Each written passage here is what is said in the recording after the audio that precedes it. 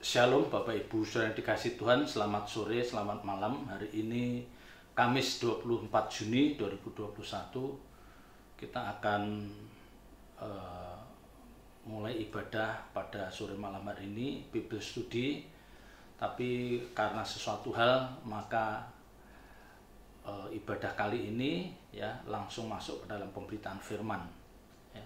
Mengingat kondisi lingkungan kita tahu bahwa kasus atau pandemi COVID-19 ini akhir-akhir ini semakin banyak ya, banyak membawa korban, artinya banyak orang yang terpapar ya. Jadi kita juga harus bijak ya, harus bijak. Tetapi lewat ibadah online ini kami harapkan tidak mengurangi keseriusan Bapak Ibu Saudara untuk belajar kebenaran firman Tuhan. Ya. Jadi jangan karena online terus menjadi kurang semangat ya. Jangan ya. Kita tetap memiliki hasrat yang kuat untuk mengerti kebenaran firman Tuhan. Mari kita awali di dalam doa. Bapa di surga, segala puji, hormat, syukur kami naikkan ke hadirat-Mu. Kami bersyukur atas penyertaan dan pimpinan-Mu sepanjang hari. Engkau mencukupkan segala keperluan kami, dan kami bersyukur tidak kekurangan satu apapun. Terima kasih ya Tuhan, kalau saat sore malam hari ini Engkau memberikan kami kesempatan untuk kami sama-sama belajar kebenaran firman-Mu. Bapa, urapi hamba-Mu, buka ungkapkan rahasia firman-Mu, singkapkan kebenaran-kebenaran-Mu. Biarlah sore hari ini menjadi sore yang penuh berkat bagi setiap kami. Terpuji nama-Mu kekal selama-lamanya. Dalam nama berkat Tuhan Yesus Kristus, kami serahkan jalannya pemberitaan firman pada sore hari ini dalam tangan kasih-Mu. Urapi hamba-Mu. Dalam nama Tuhan Yesus Kristus kami berdoa dan mengucap syukur. Haleluya. Amin. Bapak Ibu Saudara yang dikasihi Tuhan, tanpa sadar sejatinya kita ini banyak waktu yang ada ini kita isi untuk keinginan daging kita ya.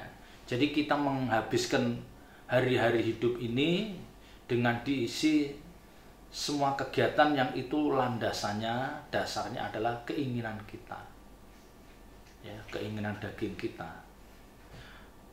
Terlalu banyak waktu yang kita pergunakan untuk menuruti keinginan daging kita. Dan ini mesti ya, ini harus kita akui. Saya pun juga merasa demikian.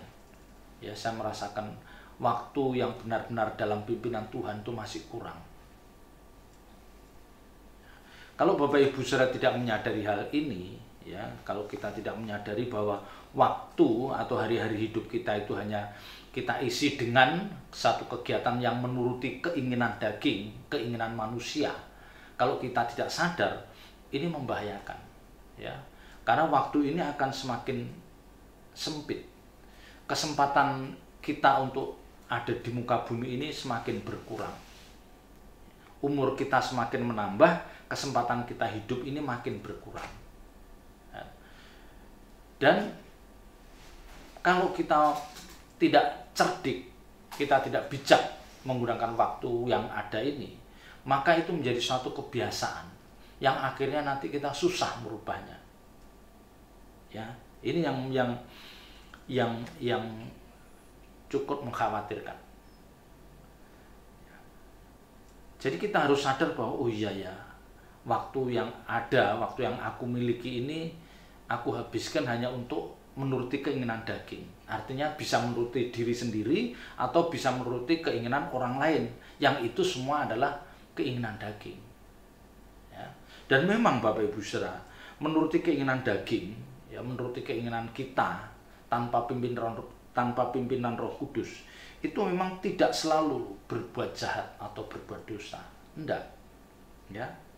Tidak. Ya. Jadi sekalipun kita mengisi waktu kalau itu menurut keinginan daging kita, ya, bukan berarti kita melakukan satu kejahatan atau pelanggaran moral umum. Tidak. Ya. Mungkin tidak ada unsur kejahatan, mungkin juga kita tidak merugikan orang lain. Ya. Tetapi masalahnya adalah kita menjadi orang-orang yang tidak pernah mengerti kehendak Bapa dan melakukannya. Ini padahal Alkitab menghendaki setiap orang percaya itu harus memiliki kepekaan untuk mengerti kehendak Tuhan, mengerti kehendak Allah Bapa dan melakukannya. Karena disitulah ukuran kita nanti, ya, disitulah nanti ukuran kita nanti, kita pantas masuk kemana? Apakah pantas ke langit baru, bumi baru dipermuliakan bersama Tuhan, atau kita hanya masuk ke dunia yang akan datang sebagai anggota masyarakat, atau bahkan kita dibuang ke api kekal. Nah, ini ditentukan oleh hari-hari hidup yang kita isi dengan kegiatan, dengan aktivitas seperti apa. Itu yang menentukan. Ya. Jadi kalau Bapak Ibu Saudara misalnya sebagai seorang pelayan, sebagai seorang aktivis, sebagai seorang hamba Tuhan, memang di hari-hari tertentu kita sibuk di situ. Tapi di luar hari itu apa yang kita lakukan? Ya, kalau kita pelayanan di gereja itu paling 1,5 jam, 2 jam minggu, nanti tengah minggu juga gitu. Tapi di luar itu, jam-jam yang lain itu kita isi apa? Nah, ini persoalannya. Ya, karena Alkitab katakan pergunakanlah waktu ini sebaik-baiknya karena hari-hari ini jahat. Ya, artinya apa? Kita terhadap waktu ini benar-benar kita pakai untuk kemajuan atau pertumbuhan rohani Bapak Ibu Saudara dan saya. Jangan sampai kita melakukan sesuatu yang itu sama sekali tidak ada hubungan, ya, tidak ada hubungannya dengan tujuan kita menjadi orang percaya untuk merubah karakter kita, untuk memperjuangkan nasib kekal jiwa kita. Tidak ada hubungannya. Ya, jangan sampai waktu kita habis hanya untuk itu saja. Kalau kita baca di dalam 1 Petrus pasal 1 Petrus 4. 1 Petrus 4 ayat 2 dan ayat 3a. Ya, saya baca. Supaya waktu yang sisa jangan kamu pergunakan menurut keinginan manusia, tetapi menurut kehendak Allah. Sebab telah cukup banyak waktu kamu pergunakan untuk melakukan kehendak orang-orang yang tidak mengenal Allah. Ini peringatan Bapak Ibu Saudara. Ya, saya pun dengan jujur mengatakan, waduh, waktu-waktu yang saya lalui itu saya isi kadang-kadang sesuatu yang tidak banyak manfaatnya, ya, untuk pertumbuhan rohani. Kita sadar, ya. Ini dikatakan supaya waktu yang sisa jangan kamu pergunakan menurut keinginan manusia. Keinginan manusia, bisa keinginan kita, bisa keinginan pasangan hidup kita, bisa keinginan anak-anak kita, bisa keinginan sahabat dekat kita, atau keinginan orang tua, yang itu bukan kehendak dari Allah. Ya. Dan ayat 3 katakan, sebab telah cukup banyak waktu yang kamu pergunakan untuk melakukan kehendak orang-orang yang tidak mengenal Allah. Ya. Mari kita semua dengan dengan teduh, dengan penuh kejujuran kita renungkan. Ya. Coba berapa jam waktu yang kita pergunakan untuk membangun persekutuan dengan Tuhan? Berapa menit waktu yang kita pergunakan, yang bisa kita gunakan untuk bersekutu dengan Tuhan? Ya, coba kita menilai. Nanti kan kita baru sadar. Oh iya ya. Jadi ini pesan yang cukup jelas. Ya, pesan di dalam 1 Petrus 4 ayat 2 dan 3a ini sangat jelas. Yang mengatakan bahwa sisa waktu hidup kita itu singkat dan kita harus pergunakan sebaik-baiknya. Ya. Kita pergunakan, kapan kita mempergunakan waktu sebaik-baiknya? Yaitu ketika kita mengisi waktu itu, ya, waktu yang ada ini dengan setiap kegiatan, setiap aktivitas yang itu adalah kehendak Tuhan, kehendak Allah Bapa. Nah, disinilah susahnya atau repotnya menjadi orang percaya. Ya, jadi ukuran kita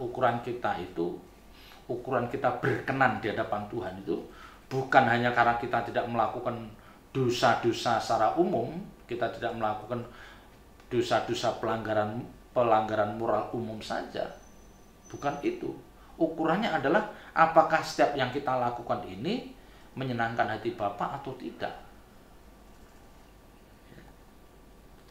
Jadi ternyata selama ini kita banyak mempergunakan waktu, ya. Ternyata kalau kita baca dari ayat ini, ya, ternyata bahwa selama ini kita banyak mempergunakan waktu kita ini untuk menuruti orang-orang yang tidak mengenal Allah.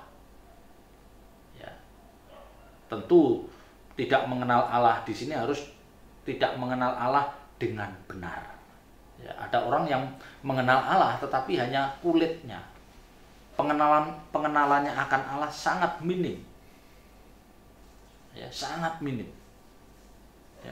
Dan orang-orang yang tidak mengenal Allah ini, yang dikatakan dalam 1 Petrus 4 ayat 3 ini, ya,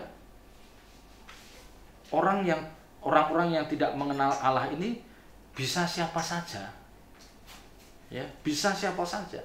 Bisa pasangan hidup kita, bisa anak-anak kita, bisa itu cucu-cucu kita, ya, bisa itu menantu kita, bisa itu orang tua kita, mertua kita, atau sahabat. Ya, jadi siapapun mereka yang sering dekat atau sering berinteraksi dengan kita, yang mereka itu adalah orang-orang yang tidak mengenal Allah. Nah, ini yang sering kita tidak sadar. Ya, sering kita tidak sadar. Yang akhirnya nanti ketika kita sudah mengalami masalah yang sangat kompleks, ya, ketika kita mengalami masalah yang sangat serius, misalnya dengan masalah kesehatan, ya, misalnya tahu-tahu kita divonis dokter penyakit kanker ini stadium 4, ya, paling diberikan waktu kesempatan hidup hanya 3 atau 6 bulan, langsung kita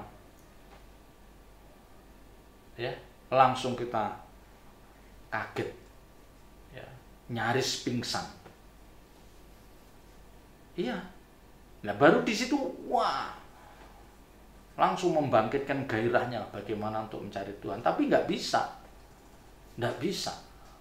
ya, mencari Tuhan itu nggak bisa karena satu hal terus kita langsung kita bergairah, ya, kita memiliki spirit mencari Tuhan.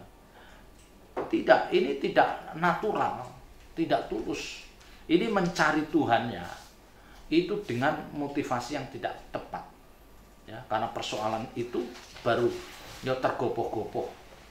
Wah, doa, puasa, ya, menutup diri di ruangan, doa, tidak banyak artinya, ya, karena goresan yang ada di dalam jiwanya yang bertahun-tahun itu tidak mudah ditarik untuk memiliki spirit mencari Tuhan, mencari Allah dengan benar, tidak mudah. Ya, nah ini yang paling mengerikan. Ini yang paling menakutkan. Nah, akhirnya kalau ini terjadi dalam kehidupan banyak orang percaya, akhirnya kita akan menemukan apa? Orang-orang percaya yang kelihatannya mencari Tuhan, kelihatannya membangun intimasi dengan Tuhan, tetapi dengan motivasi yang salah, dengan landasan yang salah. Jadi dia bukan mencari untuk menemukan hadiratnya, ya, untuk mengerti kehendaknya, bukan. Ya, orang-orang seperti ini menemui Tuhan, mencari Tuhan, bukan ingin tahu kehendaknya, kehendak Allah, kehendak Tuhan dan melakukannya. Enggak. Orang-orang seperti ini mencari Tuhan tetapi apa? Memanfaatkan kuasanya. Ya, memanfaatkan kemurahan hati Allah Bapa untuk menolong kita merengek-rengek. Ya, apakah Allah tidak tahu? Tuhan tidak tahu? Oh, sangat tahu, sangat tahu. Ya, sekalipun ada 1-2 orang yang akan dijawab doanya, tetapi apakah semua dijawab? Nah, kita kan tidak tahu. Ya, maka waktu yang ada dalam diri kita itu sangat penting diisi untuk perkara-perkara yang bisa membuat rohani kita itu bertumbuh. Ya. Dan banyak hal yang bisa kita lakukan. Banyak hal yang kita bisa lakukan. Nah, masalahnya adalah begini Bapak Ibu Saudara. Masalahnya kadang-kadang mengerti kehendak Bapa itu seperti sesuatu yang abstrak. Kehendak Bapa itu yang seperti apa ya? Kehendak Tuhan itu seperti apa? Ini seperti sesuatu yang abstrak, sulit dipahami. Apalagi bagi orang-orang percaya yang jarang duduk di kaki Tuhan. Sulit menemukan. Ya, karena Tuhan itu kecil atau tidak mungkin berbicara secara audible, ya, yang bisa kita dengar dengan jelas. Oh, misalnya, oh anakku, kamu harus melakukan ini, kamu harus melakukan itu, kamu jangan ke sana, jangan melakukan itu. Tuhan nggak pernah berbicara seperti itu. Ya.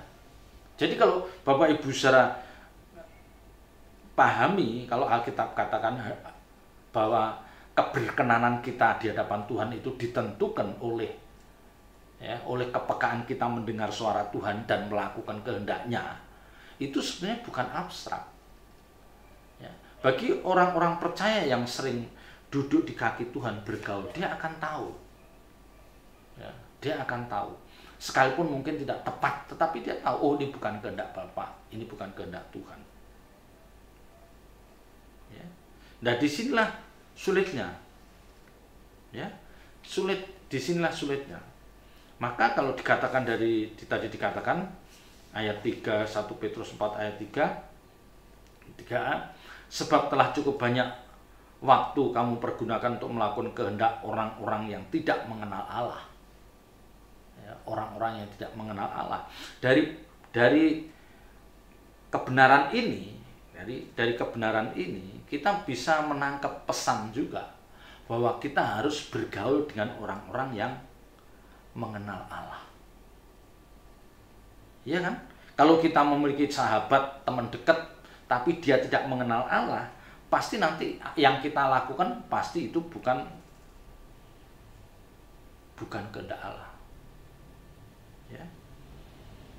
Jadi waktu kamu pergunakan, cukup banyak waktu kamu pergunakan untuk melakukan kehendak orang-orang yang tidak mengenal Allah. Ya, tidak mengenal orang yang tidak mengenal Allah ini sekali lagi bisa banyak orang. Orang tua bisa, omanya bisa, pasangan hidupnya bisa, anaknya bisa, siapapun.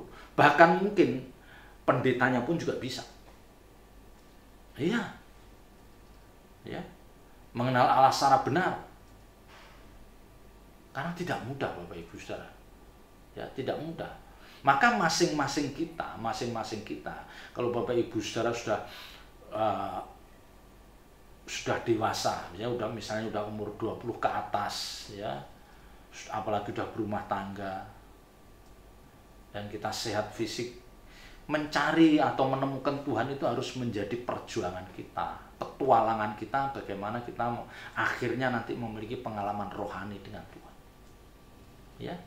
Ya, boleh dekat sama orang tua, bagus, ya, bagus. Ya, apalagi kalau orang tuanya itu orang tua yang mengenal Tuhan. Nah, masalahnya kalau orang tuanya sendiri tidak mengenal Tuhan, tidak memiliki pengenalan akan Tuhan yang benar, yang lengkap. Coba, sementara anaknya berharap dari orang tuanya, kan repot. Ya, si anak merasa bahwa aku nggak salah, aku nuruti orang tua kok. Ya, maka idealnya setiap orang percaya itu harus berjuang sendiri untuk urusan yang satu ini. Ya, masalah untuk kita membangun hubungan dengan Tuhan itu masing-masing kita mengerjakan sendiri. Ya. Berdoa dari yang paling sederhana, dilatih, dibiasakan. Ya, nanti sekian bulan, sekian tahun, sekian puluh tahun pasti kita akan, ya, Roh Kudus pasti akan menuntun berbicara. Nah, ini yang saya renungkan tadi gini, kalau orang tuanya tidak mengenal Allah dengan benar, repot kan? Kan kalau anak itu hanya mengharapkan orang tuanya yang membimbing. Nah, ini masalah. Ya, memang mungkin orang tuanya itu nggak ngajarin jahat, enggak ngajarin jahat.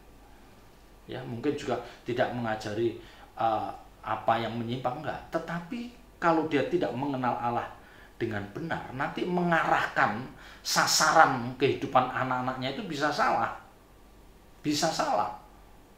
Ya, nanti misalnya orang tua itu memiliki ukuran, ya, ukuran orang tua ini karena dia tidak mengenal Allah, ukuran keberhasilan itu seperti ini. Itu disampaikan ke anaknya. Papa mengatakan kalau kamu berhasil, kamu dikatakan berhasil kalau kamu misalnya bisa masuk perguruan tinggi negeri ini, lulus sekian tahun, dapat pekerjaan, ya 5 tahun setelah itu kamu punya rumah sendiri, 3 tahun kemudian punya mobil, itu kamu berhasil, itu kamu sukses. Ya, coba kalau ukuran keberhasilan orang tuanya saja udah salah dan anaknya taat, ya, anaknya taat melakukan itu, si anak itu setelah dewasa menjadi anak seperti apa? Memang dia nggak jahat, tapi dia tidak pernah memiliki kepekaan mendengar suara Tuhan. Nah, ini masalahnya. Ya, ini masalahnya. Padahal kalau bagi kita yang mengerti kebenaran firman Tuhan, ya, keberhasilan orang percaya ini, bagaimana dia hidupnya berkenan di hadapan Tuhan. Nah, untuk berkenan ini pernik-perniknya panjang yang harus kita kerjakan. Dia harus rajin baca Alkitab, dia rajin membangun doa, ya, dia rajin mendengar kebenaran firman Tuhan dan mengenakan di dalam hidupnya. Itu perlu proses panjang. Paulus saja mengatakan, aku berjuang bagaimana aku berkenan di hadapan Tuhan. Paulus saja berjuang yang sudah kayak gitu. Bahkan dia mengatakan, jangan setelah memberitakan Injil pada orang lain, aku sendiri ditolak. Bayangkan, sekelas Paulus pun punya pikiran bisa ditolak oleh Tuhan. Bayangkan, sekelas Paulus loh, yang nyaris dia itu dalam menjalani hidup tidak pernah punya keinginan apapun. Ya, nikah enggak, punya harta enggak juga. Dari pekerjaan yang dia lakukan, hasilnya itu untuk pelayanan. Lebih banyak menderita secara fisik, secara jasmani. Tapi di atas itu semua, Paulus bangga. Ya, karena pada surat-surat yang terakhir 2 Timotius dia katakan, aku siap untuk menerima mahkota kebenaran. Dia bisa mengukur dirinya bahwa aku layak menerima mahkota kebenaran. Nah, sekarang Bapak Ibu Saudara dan saya gimana? Apakah dengan hidup kekristenan yang kita jalani ini, terus nanti ketika kita di ujung maut, kita berani mengatakan, aku pantas menerima mahkota kebenaran. Aku layak menerima mahkota kehidupan. Ya, berani kita bicara itu. Sementara waktu hidup kita isi dengan perkara-perkara menuruti keinginan manusia. Ya, jadi tidak mudah Bapak Ibu Saudara. Ya, tidak mudah. Makanya orang tua, oma itu penting. Ya, penting. Ya, saya katakan tadi, kalau dia anak yang baik, dia akan mentaati orang tuanya. Apa yang diomongin orang tuanya dia kerjakan. Padahal itu bukan yang dikehendaki Tuhan. Ya, maka Alkitab katakan, hai anak-anakku, hormatilah kedua orang tuamu. Terhadap orang tua itu hormat, tapi ayat berikutnya katakan, taatilah orang tuamu di dalam Tuhan. Taat. Nah, taatilah orang tuamu di dalam Tuhan. Nah, orang tua di dalam Tuhan itu gembala sidang. Orang tua di dalam Tuhan taat. Nah, maka seorang hamba Tuhan, seorang gembala sidang, dia harus mengerti goal dari tujuan utama orang percaya itu apa. Dia harus tahu. Karena apa yang diucapkan itu akan ditaati jemaatnya. Akan ditaati jemaatnya. Ya, jadi jemaat itu dia akan foto dari pengajaran seorang gembala itu. Kualitas jemaat itu seperti apa, itu cermin dari pengajaran yang diajarkan oleh hamba Tuhan itu, gembala sidang itu. Terhadap orang tua kita bukan taat loh, hormat. Ya, hormat. Karena apa? Karena tidak semua orang tua itu mengerti kebenaran dan mengenal Allah secara benar. Belum tentu. Ya, belum tentu. Makanya Berbahagialah kalau Bapak Ibu Saudara yang memiliki orang tua yang memiliki pengenalan akan Allah yang benar. Ya mungkin belum sempurna, tapi benar dan nyaris sempurna. Karena tentu akan mengarahkan tujuan hidup anak-anaknya itu nggak salah di pemandangan Tuhan. Ya, nggak salah di pemandangan Tuhan. Jadi mengerti kehendak Bapa, mengerti kehendak Tuhan itu seperti sesuatu yang abstrak bagi orang yang tidak bergumul. Ya, bagi orang yang tidak bergumul mencari atau bisa menemukan Tuhan, seperti abstrak. Tapi bagi mereka yang bergumul terus dia tahu, oh ini bukan kehendak Tuhan, oh ini kehendak Tuhan, akan tahu pasti. Ya, saya pun belum bisa menangkap kehendak Tuhan dengan 100%, tetapi seringkali saya renung, ini kayaknya bukan kehendak Tuhan. Ya, kayaknya bukan kehendak Tuhan. Paling tidak udah bisa screening dulu, oh ini bukan kehendak Tuhan. Ya, nah bagaimana kita ukurannya apa kalau kita melakukan kehendak Tuhan? Untuk mengerti kehendak Tuhan pun sulit, apalagi melakukan. Kan seringkali saya katakan bahwa kehendak Tuhan itu bukan sesuatu yang murahan. Bukan sesuatu yang murahan, yang mudah dimengerti oleh semua orang percaya. Tidak. Ingat, Tuhan tidak akan berbicara kepada orang-orang yang tidak pantas diajak bicara. Ya, Tuhan tidak akan berbicara, menyampaikan kehendaknya kepada orang-orang yang tidak pantas diajak bicara, orang-orang yang tidak pantas mengerti kehendaknya.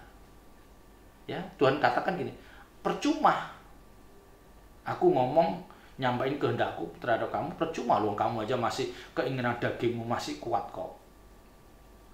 Ya kan, seorang pejabat tinggi negara, pimpinan negara itu tidak akan berbicara kepada orang yang menurut pejabat tinggi ini, kepala negara ini, dia nggak punya kapasitas dijak ngomong seperti itu. Percuma aku ngomong, kamu nggak punya kapasitas. Kalau tak ajak ngomong soal ini, dia tahu. Ya, orang dunia saja tahu kepada siapa dia berbicara, apalagi Allah Bapa. Ya. Jadi di sini baru Bapak Ibu Saudara tahu, mengerti. Ini yang membedakan kekristenan dengan agama-agama lain. Kalau agama-agama lain kan jelas hukumnya. Oh ini boleh, ini nggak boleh, ini haram, ini halal. Oh ini sebaiknya ini, nanti amalnya lebih banyak. Kalau kita kan enggak, ini yang berkenan, ini yang tidak. Ya. Jadi kalau Bapak Ibu Saudara tidak punya gairah atau spirit untuk membangun persekutuan dengan Tuhan, tidak punya gairah atau spirit untuk duduk di kaki Tuhan, membangun persekutuan dengan Tuhan, ya, lewat ketekunan ibadah, lewat doa penyembahan, ya, lewat membaca Alkitab, ya, Bapak Ibu Saudara tidak mungkin mengerti kehendak Tuhan itu, ya, tidak mungkin. Jadi di sini yang saya katakan, disinilah sulitnya sebagai orang percaya, tetapi justru disinilah keunggulan kekristenan itu. Disinilah keunggulan kekristenan itu. Kita bukan hanya diajar mengerti ini benar, ini salah, ini haram, ini halal. Enggak berhenti di situ. Kita lebih jauh lagi. Ini menyenangkan hati Tuhan, atau ini kurang menyenangkan, atau ini dibenci oleh Tuhan. Ya, maka kan ada istilah yang baik, yang berkenan, dan yang sempurna. Ya, yang baik, yang berkenan, dan yang sempurna, itu ukuran kita. Apakah tindakan kita itu baik di hadapan Tuhan? Apakah berkenan di hadapan Tuhan? Atau sempurna? Nah, kalau berbicara sempurna itu berarti yang kita lakukan, ya itu juga yang diinginkan Tuhan. Sempurna. Sempurna. Jadi kita melakukan apa yang Tuhan ingin lakukan. Disitulah letak sempurnanya. Ya. Jadi perbuatan baik yang menurut kita, atau menurut banyak orang, ya, yang menurut kita itu perbuatan baik, dan menurut kebanyakan orang itu juga perbuatan baik. Ini belum tentu sesuai dengan kehendak Allah. Belum tentu sesuai dengan kehendak Allah. Ini menyenangkan hati Bapa, atau tidak. Padahal menurut kita itu perbuatan baik. Dan orang lain juga mengatakan itu perbuatan baik, tapi belum tentu. Nah ini susahnya. Ya, susahnya. Jadi ukurannya apa kalau kita melakukan kehendak Bapa? Ukurannya apa kalau kita melakukan kehendak Tuhan? Ukurannya begini Bapak Ibu Saudara. Ketika Bapak Ibu Saudara melakukan sesuatu dan itu tidak menjadi batu sandungan bagi banyak orang. Jadi apa yang kita lakukan, apa yang kita kerjakan, apa yang kita ucapkan tidak menjadi batu sandungan bagi banyak orang. Khususnya mereka-mereka yang rohani. Ya, mereka-mereka yang rohani tidak menjadi batu sandungan. Dan nurani kita sejahtera melakukan itu. Nurani kita sejahtera. Jiwa kita tuh ketika melakukan itu sejahtera. Ya. Inilah baru bisa dikatakan kehendak Tuhan. Tapi kalau yang kita lakukan ini menjadi batu sandungan banyak orang, apalagi kalau itu orang-orang yang rohani, yang dia pintar menilai setiap peristiwa, setiap keputusan orang dia tahu. Ya, dan ketika kita melakukan jiwa kita seperti ini nggak sejahtera, ada penyesalan, wah ini pasti bukan kehendak Bapa. Kalau kehendak Bapa, kalau kehendak Tuhan pasti mendatangkan damai sejahtera. Ya, ini. Ya, jadi kalau kita mau jujur ya Bapak Ibu Saudara, jujur kalau kita mau jujur, sejatinya banyak yang kita lakukan itu tidak sesuai dengan kehendak Allah. Ya, kalau kita mau jujur, banyak apa yang kita lakukan itu tidak sesuai dengan kehendak Allah, tidak sesuai dengan kehendak Tuhan. Ya. Sekalipun itu bukan merupakan pelanggaran moral umum. Ya, dan kita akan menganggap aman-aman saja. Ya, jadi kita melakukan sesuatu, kita melakukan tindakan sesuatu, dan itu tidak melanggar moral umum, tidak ada yang tersakiti, ya, tidak yang kita rugikan, dan kita menganggap itu aman-aman saja. Padahal apa yang kita lakukan itu bukan kehendak Tuhan, bukan kehendak Allah. Nah, inilah yang dikatakan apa? Hidup dalam kewajaran anak dunia. Artinya apa? Standar hidup kita tuh mirip, hampir sama dengan orang dunia. Ya, hampir sama. Memang yang kita lakukan tidak jahat, tidak merugikan orang lain, tidak menciderai orang lain, tetapi tidak berdampak untuk orang lain. Tidak berdampak orang lain. Ya, tidak berdampak bagi orang lain. Nah, mereka aman-aman saja. Nah, ini yang membahayakan orang-orang yang hidup dalam kewajaran anak dunia. Jadi melakukan sesuatu yang kelihatannya baik, ya, bisa menyenangkan beberapa orang, ya, dia juga happy, ya. Tetapi sejatinya itu bukan kehendak Bapa, sejatinya, ya. Tapi masalahnya kita kan jarang menganalisa atau merenungkan apa yang kita lakukan. Itu kita jarang, ya, kan kita jarang ketika melakukan satu terus kita renungkan apa itu kehendak Bapa atau bukan. Jarang kita melakukan itu aja. Pikiran kita hanya asal ini tidak melanggar moral umum, udah itu aja. Ya, itu akhirnya hidup kita jadi nggak berbeda dengan orang-orang dunia. Ya, nah kalau Bapak Ibu Saudara membiasakan hal seperti itu, jadi menjalani hidup sebagai kewajaran anak-anak dunia. Ya, jadi kita melakukan seperti orang dunia lakukan, tetapi tidak ada pelanggaran moral secara moral umum, nggak ada. Ya, jadi nggak dosa, memang dari kacamata dunia nggak dosa. Tapi kita membiasakan melakukan hal itu. Nah, orang-orang seperti ini tidak akan pernah bisa berinteraksi dengan Tuhan. Tidak pernah bisa berinteraksi dengan Tuhan. Ya, karena dia melakukan apa yang ingin dia lakukan, nggak pernah tanya Tuhan, nggak pernah melibatkan Tuhan. Ya, nah sekarang kita mau belajar dari kitab Kolose, ya, Kolose pasal 3 ayat 1. Ya. Kolose pasal 3. Karena itu kalau kamu dibangkitkan bersama dengan Kristus, carilah perkara yang di atas, di mana Kristus ada, duduk di sebelah kanan Allah Bapa. Ya. Kalau kamu dibangkitkan bersama dengan Kristus, kan kita sulit. Apa maksudnya kamu dibangkitkan bersama dengan Kristus? Ada terjemahan dalam bahasa Inggris mengatakan, if you have a new life with Christ, ya, if you have a new life with Christ, artinya apa? Jika kamu memiliki hidup yang baru dengan Kristus. Nah, itu maksudnya.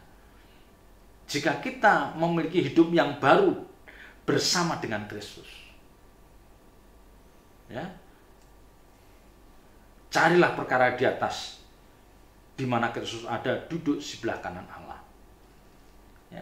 Jadi ketika Bapak Ibu Saudara menjalani hidup kekristenan bertahun, berpuluh tahun, pasti kita akan merasakan bahwa kita memiliki new life, ya, hidup yang baru bersama Tuhan. Jadi spirit, gairah hidup kita itu sudah berbeda dengan kita 5 tahun atau 10 tahun yang lalu, sudah sangat berbeda. Nah, ini yang dikatakan kalau kamu dibangkitkan bersama dengan Kristus, itu maksudnya gitu. Ya, jadi kehidupan kita itu dibangun karena kebersamaan dengan Kristus.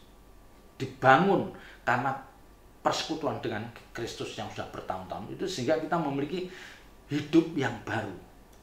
Nah, hidup yang baru itu maka dikatakan carilah perkara di atas, di mana Kristus ada, duduk sebelah kanan Allah. Ayat 2.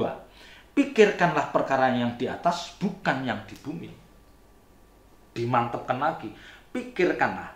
Tadi kan yang ayat 1 kan katakan carilah perkara di atas, di mana Kristus ada. Tetapi yang ayat kedua ini, pikirkanlah perkara yang di atas, bukan yang di bumi. Ya. Jadi kedua ayat ini menunjukkan betapa fokus hidup orang percaya ini harus diarahkan untuk memikirkan perkara-perkara rohani. Ya.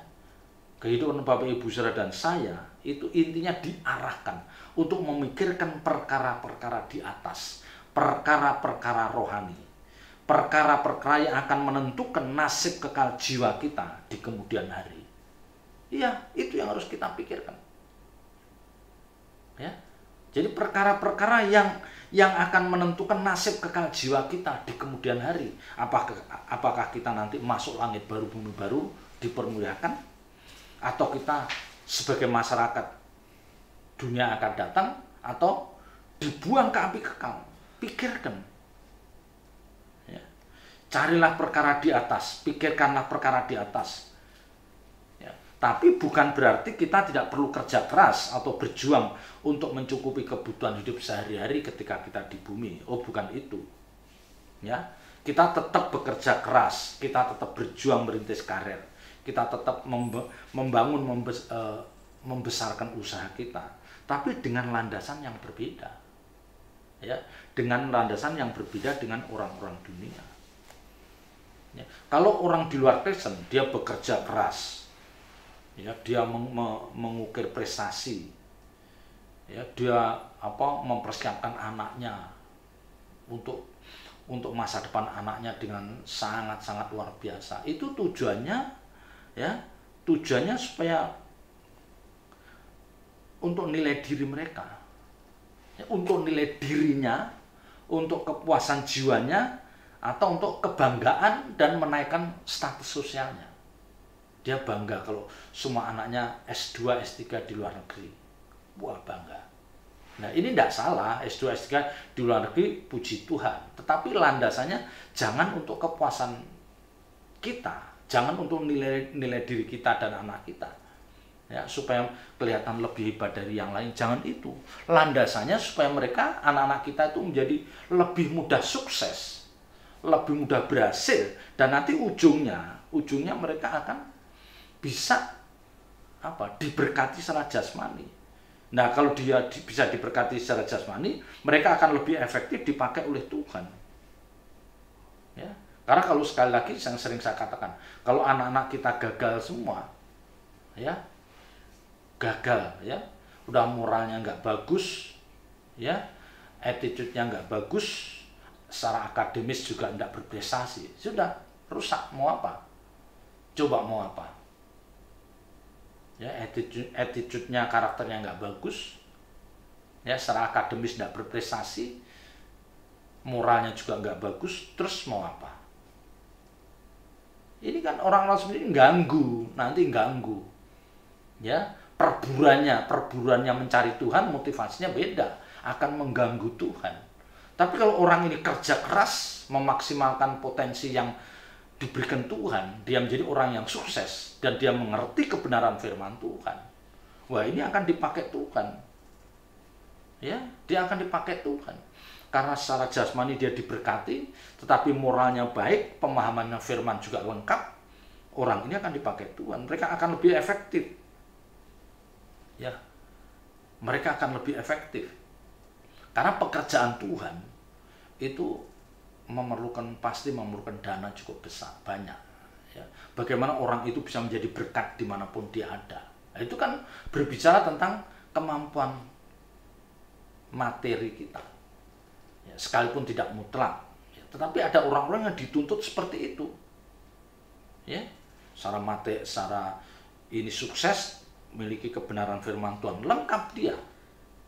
Ya, jadi ketika ayat mengatakan carilah perkara di atas, pikirkan perkara di atas, bukan berarti kita tidak berjuang di bumi, tetap kita berjuang seperti orang lain berjuang, tetapi dengan landasan yang berbeda.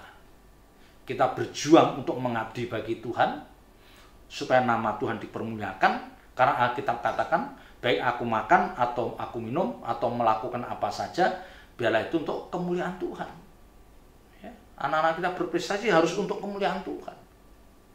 Tetapi di balik itu semua, ya, muaranya kita akan membangun persekutuan dengan Tuhan. Ya, kita mengerti kebenaran dan akhirnya kita yang perasa katakan, kita tahu jalan pulang ke rumah Bapa. Ya, jadi justru orang-orang seperti ini yang kalau dia mengerti firman Tuhan itu, dia akan lebih mudah dipakai Tuhan. Tetapi ya itu nomor satu rohaninya harus digarap dulu. Ya, rohaninya harus digarap dulu. Nah, orang-orang seperti ini pasti masa mudanya dia menghabiskan waktu, mengisi waktunya dengan perkara-perkara yang positif, yang bisa menunjang untuk pertumbuhan rohaninya, bisa menunjang untuk perkembangan akademisnya. Dia nggak mungkin mengisi waktu dengan sembrono, nggak mungkin. Ya, ini nggak mungkin. Ayat 3. Sebab kamu telah mati dan hidupmu tersembunyi bersama dengan Kristus di dalam Allah. Ya. Sebab kamu telah mati, ya, terjemahan katakan for your life on earth is done. Ya, hidupmu di muka bumi itu sudah selesai. Artinya apa? Ya, for your life on earth is done. Sebab kamu telah mati, artinya apa? Ya, hidup kita orang yang sudah tidak memiliki keinginan apapun. Ya, udah selesai. Orang yang sudah selesai dengan dirinya sendiri. Mati di sini orang yang sudah tidak punya banyak keinginan. Itu maksudnya. Karena kamu sudah mati, kamu orang yang sudah tidak memiliki banyak keinginan, kecuali keinginan yang ditaruh Tuhan dalam diri kita. Ada keinginan Tuhan yang ditaruh di dalam diri kita. Nah, ini yang harus kita lakukan. Tapi terhadap diri kita sudah tidak banyak punya keinginan, tidak banyak keinginan. Artinya keinginan-keinginan yang menonjol terus kita perjuangan udah nggak ada. Ya, paling kalau besuk anak cucu itu wajar lah itu. Itu juga dalam rangka kita membimbing, mengarahkan rohani mereka itu. Ya. Tetapi keinginan-keinginan duniawi sudah mati. For your life on earth is done. Udah selesai dikerjakan. Artinya udah cukup. Kamu pikirkan yang lain. Jangan punya keinginan lagi. Ya. Dan hidupmu tersembunyi bersama dengan Kristus di dalam Allah. Ayat ini tidak berbicara bahwa orang percaya itu harus melewati fase seperti itu. Ya, orang percaya yang benar harus lewat fase seperti itu. Apa? Mati. Ya, mati. Mati dari keinginan daging kita, mati dari keinginan manusia kita. Ya, tapi kita tetap punya keinginan. Itulah keinginan ilahi yang ditaruh di dalam hidup Bapak Ibu Saudara dan saya. Ini yang susahnya. Ya, maka saya berbicara ini, menyampaikan hal ini bukan untuk orang percaya yang baru bertobat. Ya, saya tidak pernah menyampaikan kebenaran firman Tuhan yang sifatnya hanya ya menjanjikan berkat-berkat jasmani. Enggak. Saya akan menyampaikan kebenaran firman Tuhan yang buat Bapak Ibu saya itu akhirnya tidak mencintai dunia, yang membawa Bapak Ibu saya untuk hidup dalam kesucian Tuhan, dan mengarahkan Bapak Ibu saya untuk mencintai kebenaran.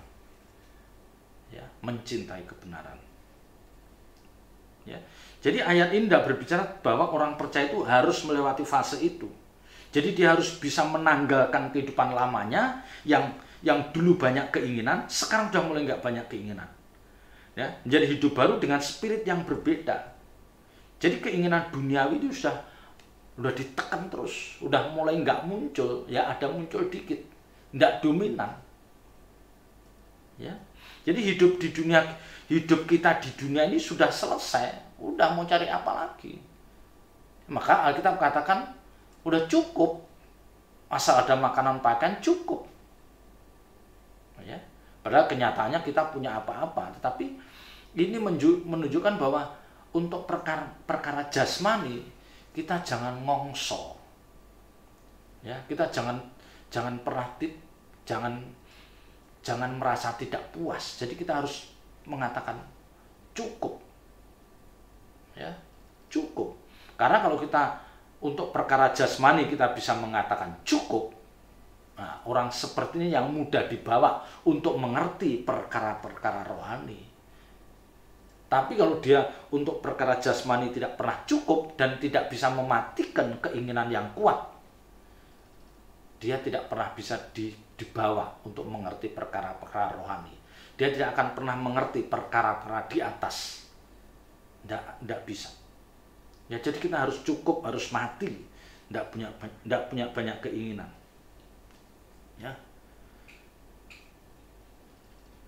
Ya, keinginan kita itu hanya bagaimana mengerti kehendak Bapa dan melakukannya itu. Ya, dikatakan tersembunyi bersama Kristus di dalam Allah. Tersembunyi bersama Kristus di dalam Allah. Ini kan berbicara tentang persekutuan yang dikehendaki oleh Tuhan Yesus. Ya, persekutuan yang dikehendaki oleh Tuhan Yesus atas hidup orang percaya.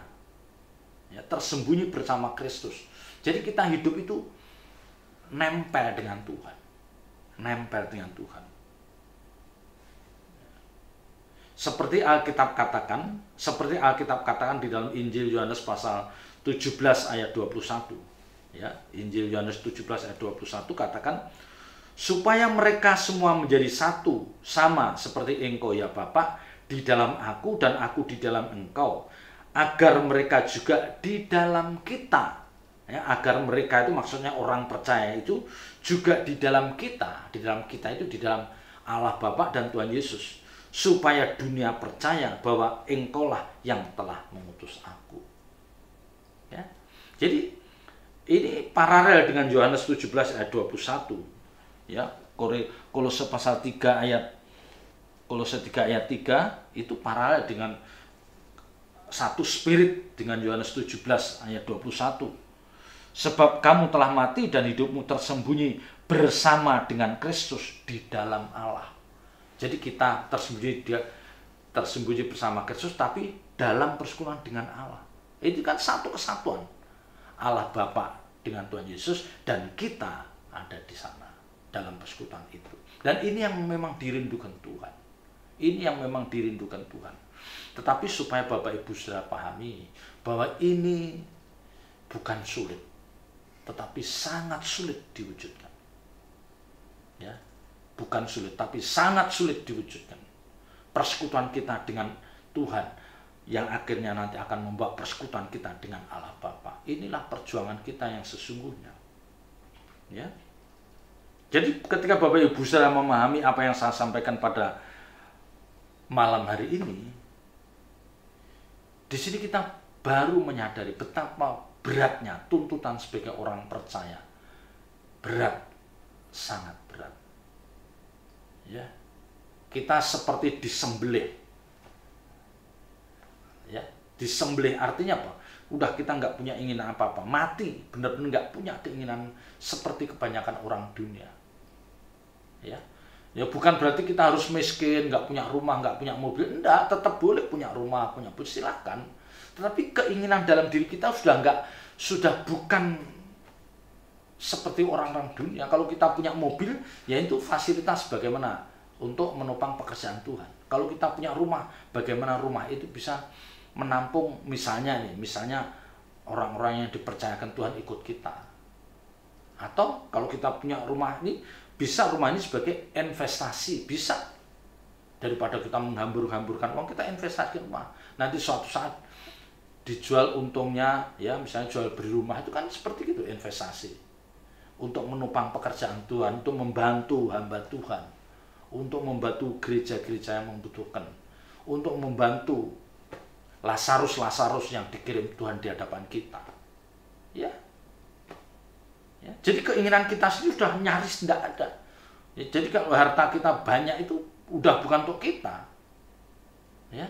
Kita sudah mulai, justru idealnya semakin harta kita banyak, ya, semakin harta yang dipercayakan Tuhan kepada kita itu makin banyak, kita makin peka mendengar suara Tuhan. Makin bisa menangkap hadirat Tuhan dalam setiap peristiwa itu. Kita makin bisa menangkap. Kalau kita misalnya diizinkan Tuhan makin kaya, terus kita makin nggak peka, ya udah ini alamat menuju kebinasaan. Karena dia akan menggunakan kekayaannya untuk menuruti keinginan dagingnya. Ya, maka yang pernah saya katakan, ikatlah persahabatan dengan mempergunakan mamon. Ikatlah persahabatan dengan mempergunakan uang. Artinya apa? Kita harus punya uang untuk kita bisa bersahabat dengan banyak orang.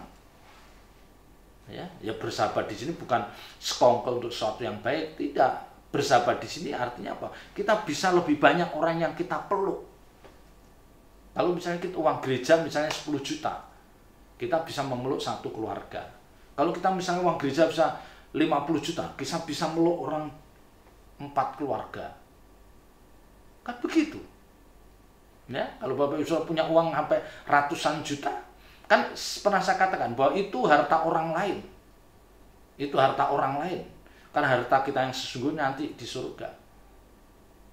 Ya, jadi kita ikatlah persahabatan dengan menggunakan mamon. Jadi kita bersahabat, kita memeluk saudara-saudara kita dengan mempergunakan uang yang ada dalam diri kita. Ya, jadi jangan kita dikuasai uang, tapi uang itu yang kita atur. Ya, ayat terakhir ayat 5. Ayat 4. Apabila Kristus yang adalah hidup kita. Ya, jadi kalau Kristus itu adalah hidup kita. Ngerti? Jadi kalau Kristus itu ada hidup kita, artinya hidup kita itu difokuskan untuk mengenal Kristus dengan benar dan mengikuti jejak kehidupan Kristus. Ini maksudnya. Apabila Kristus yang adalah hidup kita, jadi hidup kita itu standarnya mengikuti jejak kehidupan Tuhan Yesus ketika dia ada di bumi. Itu maksudnya. Ya, apabila Kristus yang adalah hidup kita menyatakan diri kelak, jadi kalau Tuhan Yesus menyatakan diri kelak, kamu pun akan menyatakan diri bersama dengan dia, bersama dengan Tuhan Yesus dalam kemuliaan. Nah, ini yang dijanjikan. Janji kita dipenuhi. Jadi orang-orang percaya yang sudah menapaki jalan hidup seperti jalan hidup yang diperagakan Tuhan Yesus, mereka adalah orang-orang yang pantas dipermuliakan. Ya, jadi ayat 4 itu terakhirnya, endingnya janji kita dipermuliakan. Tetapi ayat 1 tadi, yuk pikirkan perkara di atas, cari perkara di atas, kita mati. Itu harus kita lakukan dulu. Maka tadi saya katakan orang percaya harus melewati fase mati dari segala keinginan daging kita. Baru bisa dibawa untuk mengerti perkara-perkara yang di atas, perkara-perkara surgawi, perkara ilahi yang akan menuntun membawa kita masuk langit baru, bumi baru. Inilah orang-orang yang tahu jalan pulang ke rumah Bapa. Inilah orang-orang yang tahu jalan pulang ke rumah Bapa. Karena kenyataannya banyak orang percaya yang tidak tahu jalan pulang ke rumah Bapa. Dia menggelar hidup, dia menganggap ini sukses, itu sukses. Padahal di mata Tuhan itu bukan sukses. Karena kamu belum menemukan jalan hidup pulang ke rumah Bapa. Ya, tidak mudah. Tidak mudah. Mengenal jalan hidup pulang ke rumah Bapa itu harus mengerti kebenaran firman Tuhan yang akan membuat Bapak Ibu Saudara harus melewati fase mati, tidak punya keinginan untuk perkara jasmani. Ya, sangat sulit dan berat, tetapi tidak mustahil Bapak Ibu Saudara dan saya mampu melakukan ini. Yang penting ada komitmen dan mohon pimpinan Roh Kudus. Mohon pimpinan Roh Kudus dan temui Tuhan setiap malam, setiap pagi. Ya, Tuhan akan mengajar Bapak Ibu Saudara dan saya. Selamat berjuang, Tuhan Yesus memberkati. Ya, mari kita tutup dalam doa. Bapa di surga, hamba-Mu telah berbicara banyak tentang kebenaran firman-Mu. Terasa berat untuk kami mengenakan dalam hidup kami. Tapi tidak ada pilihan Tuhan. Memang itulah kebenaran yang sejati. Injil yang murni akan menyeret orang-orang percaya untuk tidak mencintai dunia. Mereka harus rela mati, tidak memiliki keinginan apapun dalam hidupnya, kecuali mengerti kehendak Bapa, kehendak Tuhan dan melakukannya. Itulah kekristenan yang sejati. Bapa, kuatkan dan teguhkan kami untuk kami berkomitmen melakukan kebenaran ini. Kami banyak salah, kami banyak kekurangan. Tapi di balik itu semua kami akan terus membangkitkan cinta kasih kami kepadamu ya Tuhan. Dan kiranya Kau berbelas kasihan, kuatkan kami, teguhkan kami. Dan kiranya Roh Kudus menuntun perjalanan hidup ini. Terpuji namamu kekal selama-lamanya. Engkau memberkati sedang jemaat GSKI Aletheia. Juga saudara kami yang setia mengikuti ibadah online ini. Turunkan berkat-Mu atas setiap mereka Tuhan. Berkat-berkat jasmani, terlebih berkat surgawi. Jadikan mereka menjadi anak-anak yang takut akan Engkau.